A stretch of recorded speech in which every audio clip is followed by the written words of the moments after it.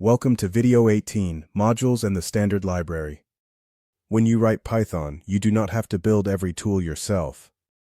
A module is a separate file that contains ready-made code you can reuse. The Python Standard Library is a huge toolbox that ships with Python. It includes math for numbers, random for picking values, and datetime for working with dates. By importing a module, you borrow trusted functions and constants. This saves time, reduces bugs, and keeps your program shorter and clearer. In this lesson, we will import, use aliases, create a tiny module of our own, and practice with a quick challenge. Let's import some modules and call a few functions.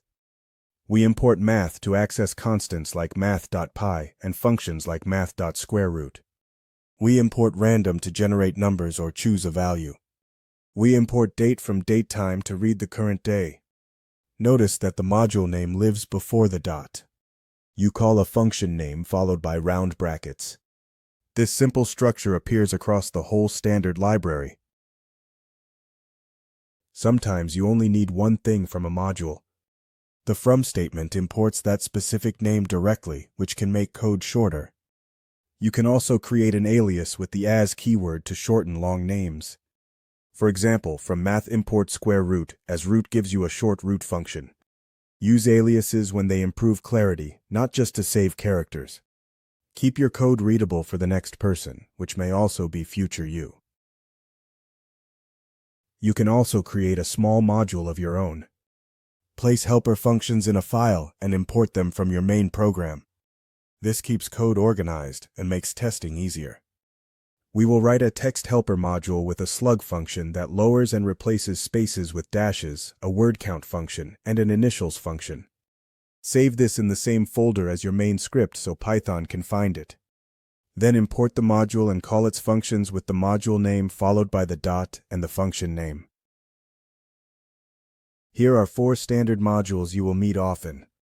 Pathlib, we learnt this on our previous video, helps you work with folders and files using clean object-style paths. JSON lets you store and read structured data as plain text. SV reads and writes comma-separated values from spreadsheets. Statistics provides mean and median for small data tasks. We will not use external files right now. Instead, we will build tiny in-memory examples you can run immediately. Challenge time. Today, you are going to build a simple random prize picker. Ask the user for 3 names. If they enter an empty answer, ask again. Store the names in a list, then select a winner using random.choice. Start from the template on screen, which includes clear to-do notes. Pause the video, complete the items, and then test your program until it prints one winner. Don't forget to subscribe to our channel for more challenges. In the next scene, I will show a complete example and explain each step. Here is a complete solution. We import random to gain the choice function. We create an empty list named names. We loop while the length of the list is less than 3. Inside the loop, we ask for a name. If the user enters nothing, we skip to the next loop turn. Otherwise, we append the value to the list. After the loop ends, we pick a winner with random.choice. Finally, we print a message that includes the winner. You can expand this by trimming spaces or by allowing more than 3 entries. How did you go? Let us know in the comments below. Great work! You learned how import connects your code to powerful standard tools. You practiced from import and aliases for cleaner code.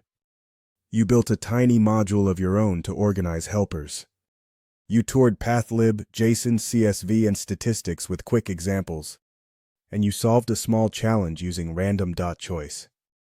In the next lesson, we shift to strings and lists. We will slice with start, stop, and step to pull out parts of a string or a list. We will split text into words, join words back into a sentence, replace parts safely, and find the position of a match. These skills power real tasks like cleaning user input, formatting labels, parsing simple data, and building friendly messages. Don't forget to hit that subscribe button, and I will see you in the next lesson.